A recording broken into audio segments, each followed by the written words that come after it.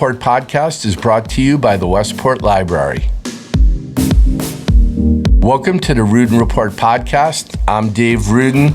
We're going to go real quickly here. We're coming out a day late, and that's because the timing didn't work with my guest last night, and that's good, I guess, because the timing's even better right now. This may be the timeliest podcast. Earlier today, just actually a few hours ago, in dramatic fashion, the new Canaan girls lacrosse team defeated Darien 10-9 in overtime. Second win over the Blue Wave in 11 days in such a big rivalry. And joining me right now is the Rams coach, Kristin Woods. Hey, Kristin, how are you? Good. How are you doing, Dave? Thanks for having me. Thanks for doing this. I know it's been, I'd say it's a long day, but that's, let's put it this way, and then we can backtrack a little bit. There are about 30 questions I could ask you to start this. And I'm going to go with this one. You have Wednesday and Thursday off. What are you going to do with 2 days off in a row? I get to go coach second grade lacrosse for my own daughter on Wednesday. And we actually do have practice on Thursday because we ended up adding our Ludlow game in on Friday. So we are actually getting a practice in, which will be nice. And the reason I asked that, and we'll backtrack because there's a lot of things. New Canaan's off to a 7-0 start, and there's so many different impressive aspects about it. Talent aside, and we'll get to that, one of the most impressive is, unfortunately, New Canaan's one of the few teams that really have had an issue in terms of coronavirus, COVID, and they were forced to quarantine just after practice started. They missed 2 weeks.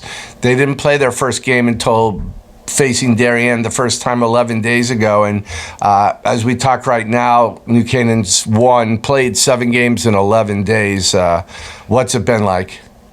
No, in my 15 years coaching in New Canaan, as we all know, you got to go with the flow with COVID and take what you can get. So with the girls, I just said, take advantage of every opportunity we get on this field because you don't know what's going to happen tomorrow. So my girls came out of the quarantine, so excited to play.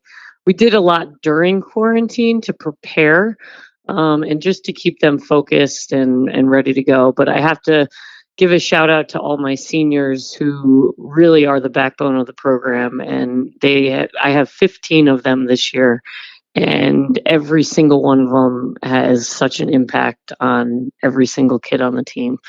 So I really, really do appreciate all my seniors and what the team has done so far this season.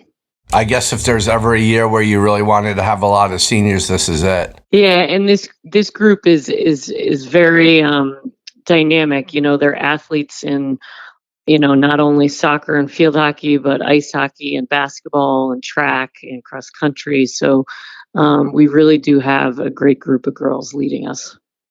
Well, let's stay current, and then we can move back a little bit. But today's game, I've covered a lot of your games, and there have been some great upsets, dramatic finishes, but and I had this wrong when I talked to you after the game. There was one instance where one team led by more than a goal. Darien was up 4-2 early in the second half, and then you scored 3 goals in under 2 minutes.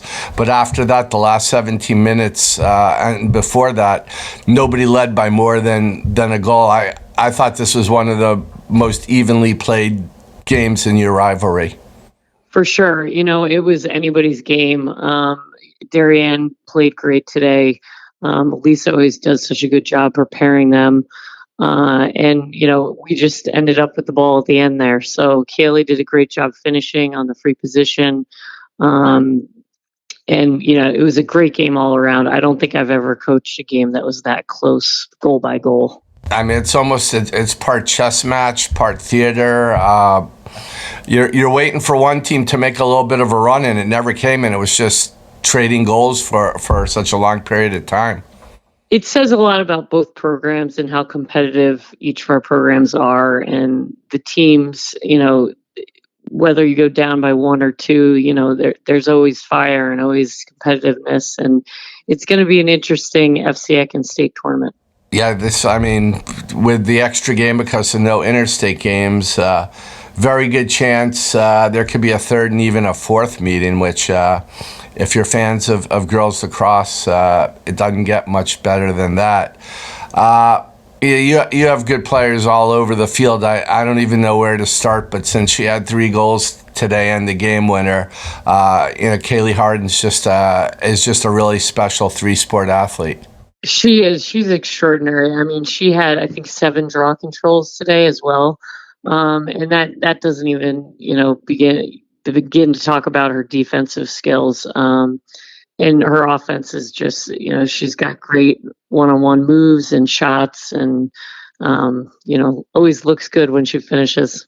And then we can stay with the Harden family because they produce really great 3-sport athletes. And her sister McKenna didn't score today, but was actually, I take that back. She did score today. I think she she did have 1 goal. But I mean, she's the quarterback running your offense. Everything goes through her when you're setting up. She is a dynamic leader. She was captain of not only our team but ice hockey and soccer as well. She does it all, just like Kaylee does, and she really steps up where we need her to, whether it's making defensive stops or scoring goals or coming up with draw controls. They're both really solid competitors and athletes. I've got a story hopefully coming out later this week on the Harden sisters, and you talked. I interviewed them about a week ago, and it's like talking to 2 30-year-olds or something, just with their maturity level and their poise. And McKenna's a year older, and I mean, she's just she could almost, if you needed to an emergency, she would probably be the player who would be most likely to be able to coach the team for a day. Oh, for sure. Yep. We won't let that happen. We don't want to lose you.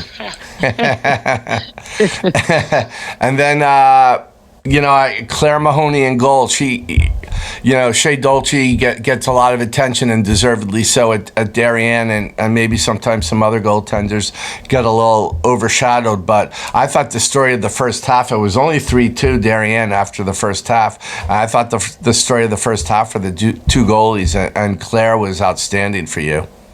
Yes, Claire is a commit at Brown. She's not only outstanding in goal, but she's a standout student. And she is one of my hardest workers. Claire never misses an off-season workout when we do running and lifting in the winter, and is always communicating in goal and really looking out for the whole defense back there. And then just again bouncing around, you've got a real dynamic scorer in Dylan Patton, who can literally just speed by opponents. Yeah, no, Dylan, her speed is unbelievable, and her finishing skills as well as feeding. I mean, she is an all-around spectacular attacker heading to Cornell in 2 years. And then your whole defensive unit, you have so many good players back there. Emma Shue. You've held Darien to 14 goals in 2 games. That doesn't happen. That's a somewhat off day for Darien in 1 game.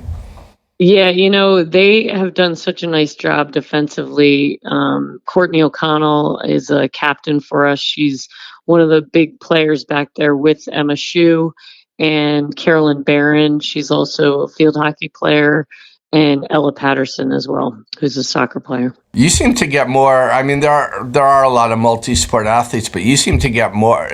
Is it me, or do you get more of them than ever? I tell them that it's important to be multi-sport athletes, even if they're not the stars of the team. It's important to learn how to play different roles on each team, and depending on what sport it is, and it teaches them to be competitive, and no matter what you're playing, you need to compete, and it's important to do on a consistent basis. And when colleges are recruiting, they're looking more for multi-sport athletes than they are the person who specializes. And if you're a true athlete, you can make an impact in your school program on a different sport. So let's go back to their first Darien game. I think that was everybody, myself, you probably too, were curious about what's going to happen. But you only had one practice before that game, right? One practice out on the field on a rainy day. Yeah, it was a long and cold practice, Dave. It was a long and cold one. We were out there for almost 2 hours and 45 minutes. We had a lot to go over. But the girls responded well, and we had done a lot before we got quarantined, which was good. We still have a lot to do. I can't wait to see where this team goes with all the potential they have come June. But it's always a work in progress. What do you say to them that first practice? They've been waiting around for 2 weeks. You probably could have put them out in a tornado and they would have not complained. What do you say to them in terms of, you guys have been, you've been stuck not having a chance to do what you love for 2 weeks, and now you got to go tomorrow and play your biggest rival? I just said, we got to do the little things. I mean, it comes down to fundamentals and focus and confidence. So let's walk on that field and do what we do best. And, we'll come away with what we come away with. Has there been anything good or anything that's turned out to be advantageous to your team for playing so much in so short a time span? I was a little worried when I realized how many games we were going to play, but then looking at how the FCX tournament is scheduled, I figured, if our first game was Darien, second game was Greenwich, and Wilton was our third game, it's going to be very similar in the FCX tournament, and it's Monday, Wednesday, and Friday scheduled. So it's going to be very similar, and I think that'll help us going into the FCX. Yeah, 3 and 5 and 7 and 11 in our. But on the 4 days you've had off, how many times have you practiced? How do you decide? That's the one thing that kind of intrigues me. How do you weigh, okay, we're having a problem on ground balls, we really need to work on this, as opposed to, my girls are tired, I got to give them a day off to rest? I've basically been giving them, it's 7 days. You can't go 7 days straight. So I make sure that we time it accordingly. And it is what it is, you can't really manage it any other way. Finally, after this Saturday, we have Sunday off, which will be nice to have just a Sunday. And it happens to be Mother's Day. So I'm happy about that. And then we get back to a normal schedule next week. So you just have to sort of tough it out. And you still have a couple more games. I know you have Ludlow coming up, and they've been a surprise. Well, maybe not that big a surprise, but this is probably Ludlow's best team. They're unbeaten right now. Yeah, Ludlow's a really strong program. They've got some really good athletes that I know of. So, Friday is going to be interesting. How have you handled scouting opponents? Well, luckily there's film out there. There's a lot of film. I'm actually going to go to the Wilton Ludlow game on Wednesday. I just love watching them all play. I know a lot of kids on both teams. And I always like going to watch live. And we have off on Wednesday. So your day off, you're going to watch a game. And coach a second grade. And coach a second grade. How's the second grade team? What's the second grade team going to be good? Oh, the second graders are getting after it. We do lots of fun little games to hopefully instill a little bit of a love to the game. What do you? And also, I'm asking, what do you do at a second grade practice?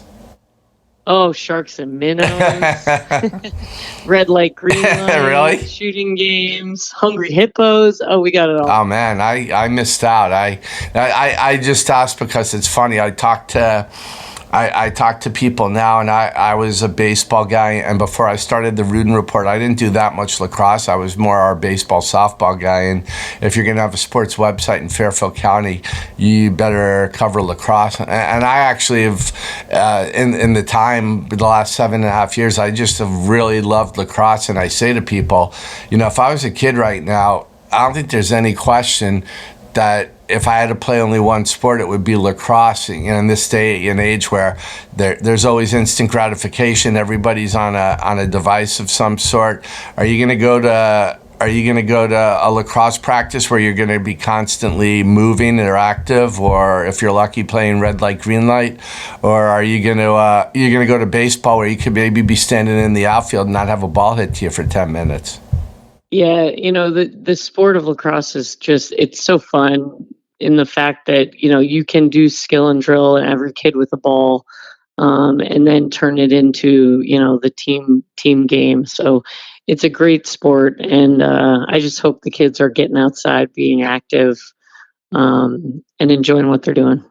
I mean, the other thing that's cool for the sport about me is I've always been a basketball guy. So, did you know James Naismith actually played lacrosse before he invented basketball? I did not know that. Yeah, I did There that. That's a fact I did not know. So I kept telling Danny Melcher that he should be my next assistant coach. Why not? Because he would be a great one. You know what? I mean, there's a lot of elements of how you play defense in lacrosse that are consistent with what you do in basketball, or even to a certain degree running an offense. I've definitely watched that, and I go back and I got to see your dad today. I remember playing pickup basketball with your dad and Darien all those many years ago when my knee still functioned.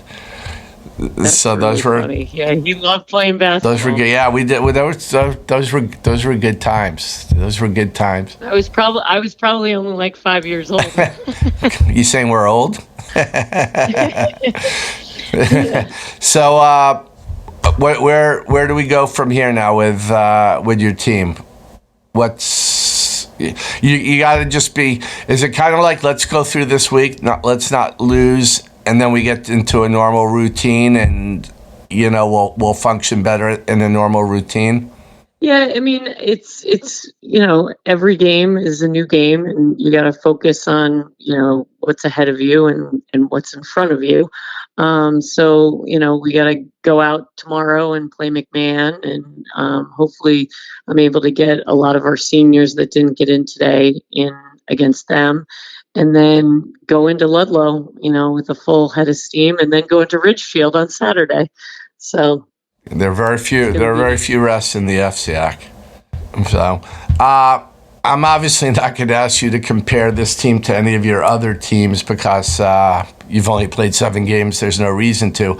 But just given the challenges this team's had to face, there have to be, besides the athletic talent, which is readily apparent as you watch the team play, there have got to be a lot of other characteristics about this team and your girls that stand out. Yeah, I'm just happy, that this team is out there and playing after last spring.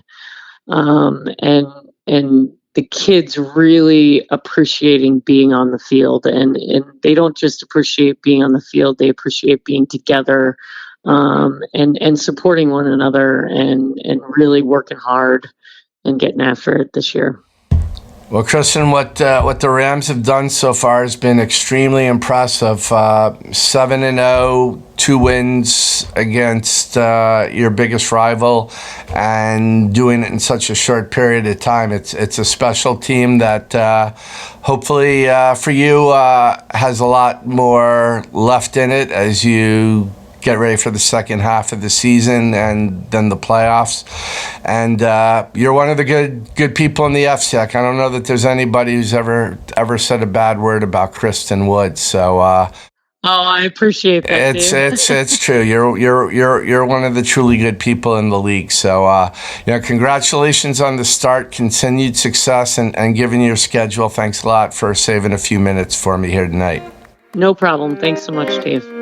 And that's the Ruden Report podcast for this week. Again, I want to thank my guest, New Canaan coach Kristin Woods. I want to thank the Westport Library for sponsoring, in particular Travis Bell, who does all the great sound editing, and remind you that you can subscribe to the Ruden Report podcast on iTunes, and a good review is always appreciated. Thanks, and we'll see you again next week.